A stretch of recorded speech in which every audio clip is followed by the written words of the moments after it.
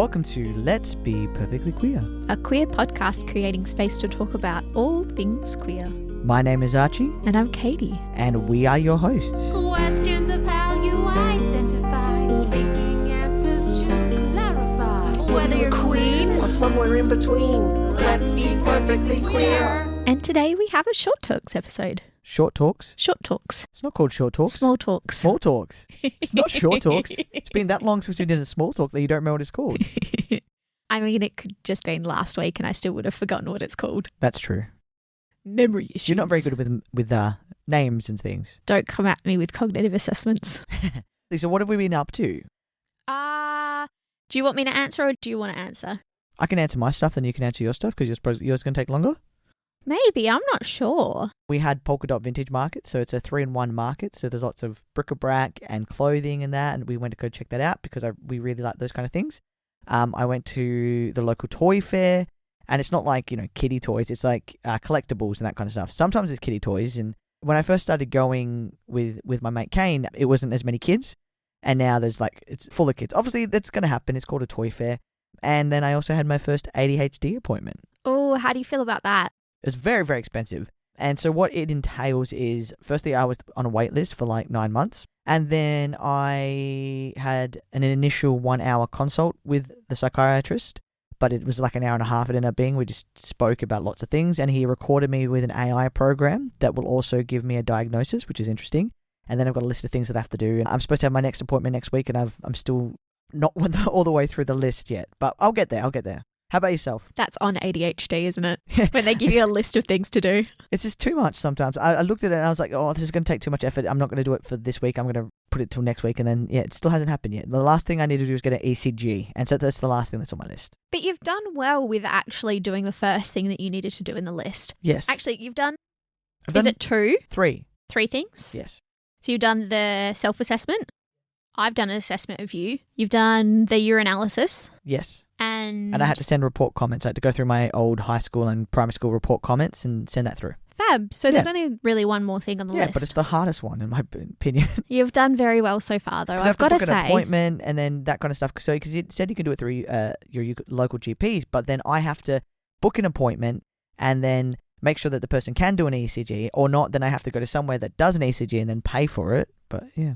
Frustrating, but also not so frustrating. Anyway, what have you been up to? Oh, I'm here to decrease the stigma on mental illness. That's what I'm here for this week. Please explain. So, as somebody who's been living with anxiety my whole life, which shouldn't really sound like anything new to anybody because I am who I am, I feel like kicked the bucket is not the right term, but I'm going to use it. Bucket? That's not the right term at all. No. It's still around. My anxiety's kicked the bucket. Yes. That's what it is. And how has that happened? So I finally went to the GP for other things because my asthma's been playing up. I've been sick. Long story short is that I had a bit of sickness. It was a bit of a head cold. It exacerbated my asthma. I've had the week off. And I thought, while I was at the GP trying to get my asthma sorted, I finally talked to my GP about anxiety. Mm-hmm. And I'm not sure if this happens in other parts of the globe, but in Australia, when you have to go to a therapist, or if you go and see a psychologist or psychiatrist, you need to get a mental health care plan and you have to answer all these questions, and it gives you an appointed score about where you sit for depression and anxiety and stress. And I've always come up high on anxiety and like moderate on stress because, I mean, that's on working in healthcare, ain't it? Yeah. And then like moderate on depression as well because I've had issues with depression through my life and that just is what it is. Mm-hmm. So I thought, you know what? Why not finally make the most of it and actually get something for my anxiety? Because I may on the top look like an okay person, but I always, and it's not having panic attacks or anything, but there's always these thoughts that are very difficult to live with that are just baseline anxiety about everything. Like my brain will never stop. Could you give us an example? Oh, so this is on even just leaving the house. Yep. When I leave the house, the things that I think about is, what am I going to wear? I can't go out I feel uncomfortable. I don't want people to perceive me. I don't want to go outside because then I'm going to actually have to put myself out there and people are going to look at me.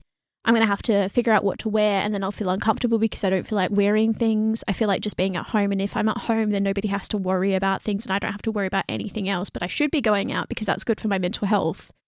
And these kind of like brain thoughts go on continuously, and there's no cease of them, and they're just on the baseline. Yep. And they're about everything, but there are always these thought processes. Mm-hmm. It has been, I guess in a way, something that I've been more aware of because I guess there is less of a stigma about mental health, which is good. Mm-hmm. And there is more awareness in, I think, the world at the moment about how to manage anxiety. And I've gone to therapy in the past, but therapy's fine. Like, I enjoy talking to people. I have a bit of an issue with therapy because I people please. And so I sometimes probably don't talk about everything I need to talk about. I tend to say things that I know therapists will be happy to hear about, or I don't find a lot of reprieve through talking to people because I already am aware of what answers I need to do. And in essence, I just need my brain to settle down. Like, I just need it to be dampened a little bit. Mm-hmm. So in the past, I've not really had any reprieve from this. And I thought, you know what, I'll ask the GP about it. And I always know that my anxiety scores are high. So I discussed it, and she was asking if I would want to go onto medications. And I was like, yeah, let's give it a shot. And this week I've started on a medication. So it's SSRI, which is a selective serotonin reuptake inhibitor, which, I mean, you can go into further looking in about that itself. I could go into it for miles, but basically it allows more serotonin to be within your neurotransmitters, so you don't get the peaks and troughs of serotonin you get as general life. So you don't get the high highs and the low lows. It kind of like evens you out a little bit rather than from going up and down. Mm-hmm. It just moderates it, which I think is a really good idea because all in all, if I am constantly peaking, it's not going to actually allow me to do everything that I need to, which is in the middle bars. Because that's where life lives generally, is in middle bars. There's not a lot of things. I mean, I'm not running away from lions, so I shouldn't be having the anxiety that is associated with it. Yep. And I know that this has not been everyone's experience, and I understand that it takes a while for people to get the full effects or to people feel a difference. And who knows if it's placebo or not, but I already feel like my brain is functioning better. Mm-hmm. And how I mean by that is I'm having the ability to actually think rather than from all of these inner thoughts in my brain coming directly out or affecting my thought processes. Mm-hmm. I feel much better about it. That's good. Yeah. So that's, I mean, I would say to everybody, this is not going to be everybody's journey, but if you are struggling with something with mental illness, I know it's hard to make that first step into getting help, but it's worth it. It actually really is, because you never know what is going to be useful to you until you actually try things. And it is a long journey. And I've got to say, of like 33 years of dealing with anxiety in one way or another, finally having something that allows me to not feel constantly on a peak is fabulous. Mm-hmm. Yeah. That's awesome. I think it's going to be interesting also to see how this goes in the long run. But hey. And only time will tell. Exactly. But it's been great. I've enjoyed it. That's good. Yay. Good to hear. So that's new with me. Yeah. Apart from that, I dyed my hair also, Mm-hmm. which I always enjoy. Which she always hates. Whenever Katie dyes her hair or does something drastic with her hair, she hates it for the first couple of days, and then it gets to a point where she starts to enjoy it. Yeah, that's true. And my hairdresser did an amazing job, and I admitted to her that I'm not really great with change, even though I always like change. I say that I always like change. I don't know if I'm gaslighting myself. You hate change.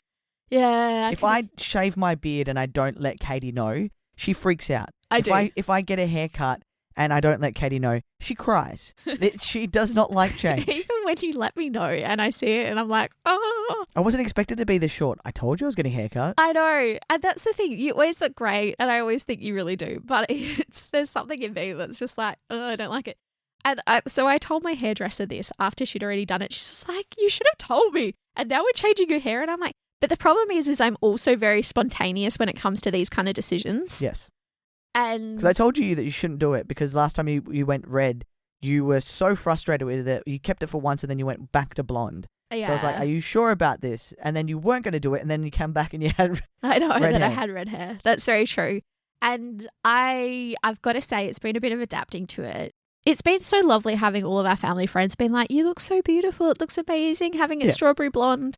And I think I'm finally getting used to it. But it is that thing that, no, I'm not great with change. You're terrible with change. All right, so should we get on to the news? Yeah. Do you want to come up with a little jingle for the news? Go. News time. News time. That was terrible. All right. Excuse you. I thought that was really good. So I got some news headlines. These are mainly from ABC under the LGBT topics there. A survey finds non-binary trainee doctors experience discrimination and harassment at double the rate of their peers. Are you surprised with that? No. No? So the Medical Board of Australia's recent survey reveals alarming rates of discrimination and harassment among non-binary trainee doctors in Australia. Non-binary trainee doctors report experiencing or witnessing discrimination, bullying, harassment, or racism at double the rate of their male and female counterparts. The survey, with over 23,000 respondents, including 67 identifying as non-binary, indicates a significant cultural issue within the medical profession. Unlike other groups who primarily experience mistreatment from seniors, non-binary doctors in training face it more from other healthcare workers and peers.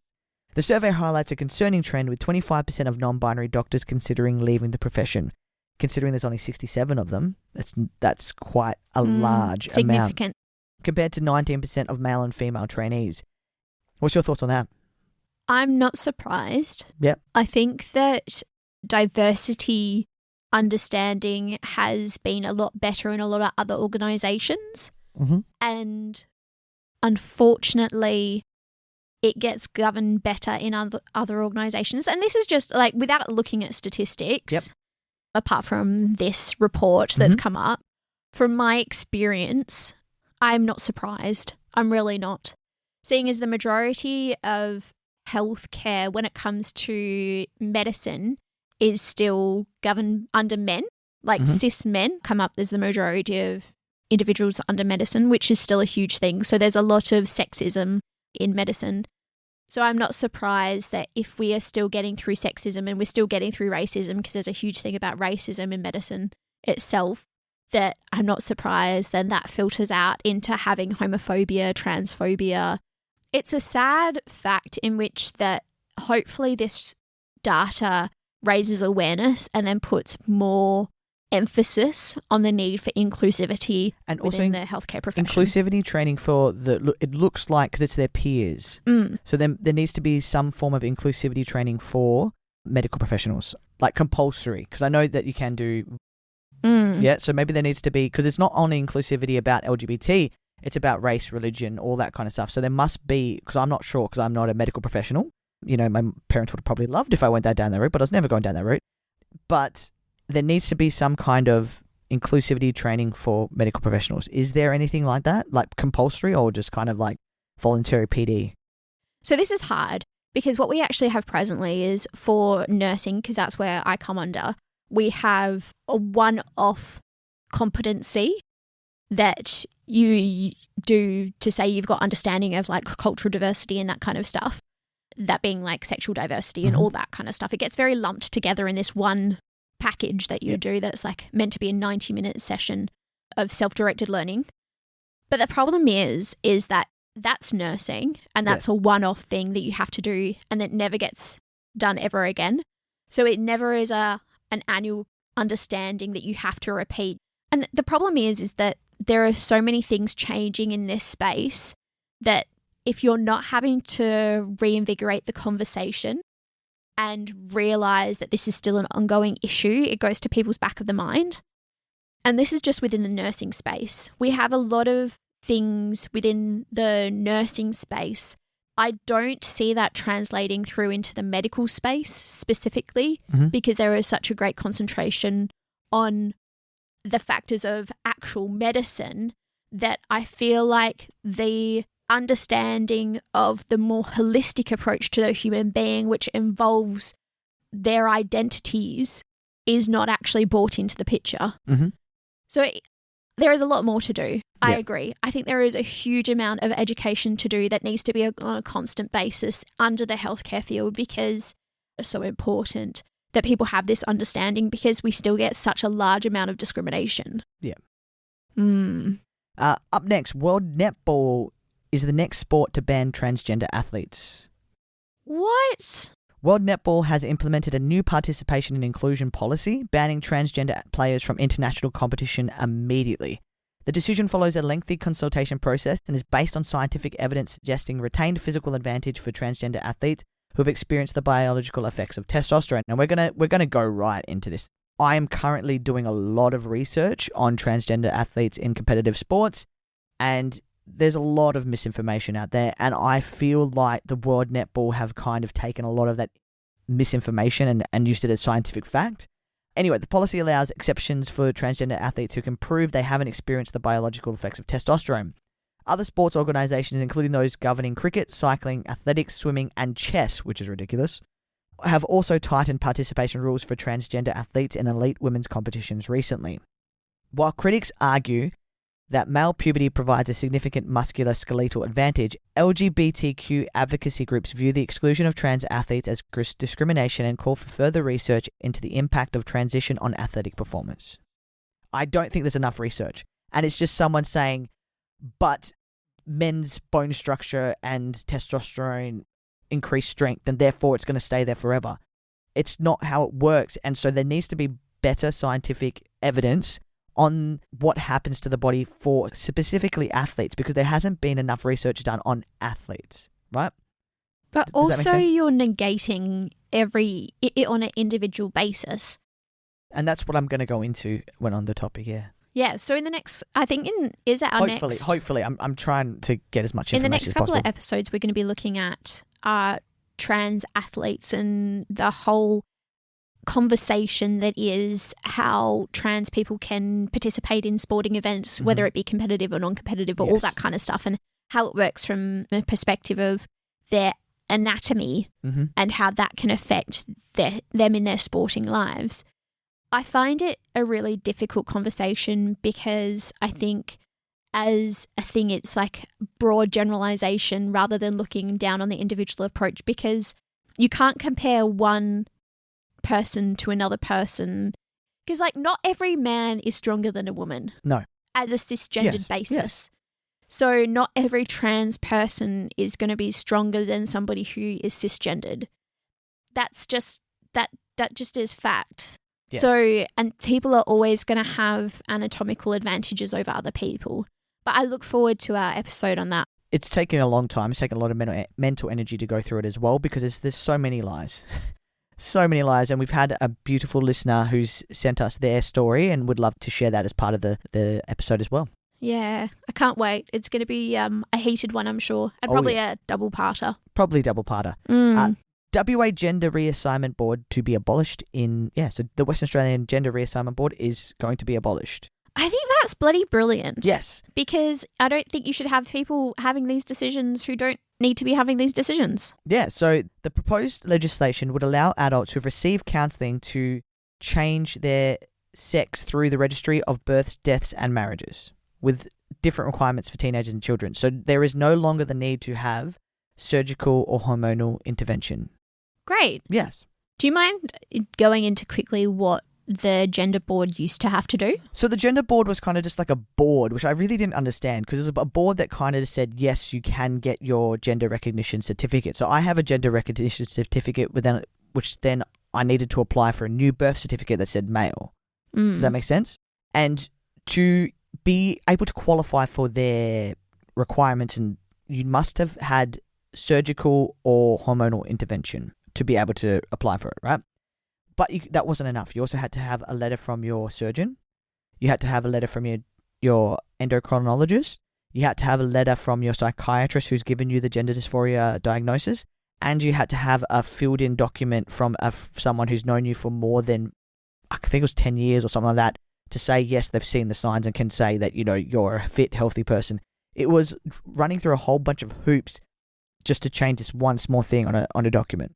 The people have been petitioning and fighting for it for a very long time, and so that's finally been changed. That's good. Yeah. That's really good, because there is a lot of people who are out there and living life as trans who may never want to go on hormones because Yes. it might not work for them even if they have other comorbidities that disallow them from actually going on hormones, or if surgical interventions are not something that they want to look into, and that's not how they feel like they need to portray themselves, then why does that negate them from living as their authentic self or having their authentic gender marker out there? Yeah, exactly. Because it causes so much dysphoria and it causes... But also it can actually be quite dangerous. Yeah.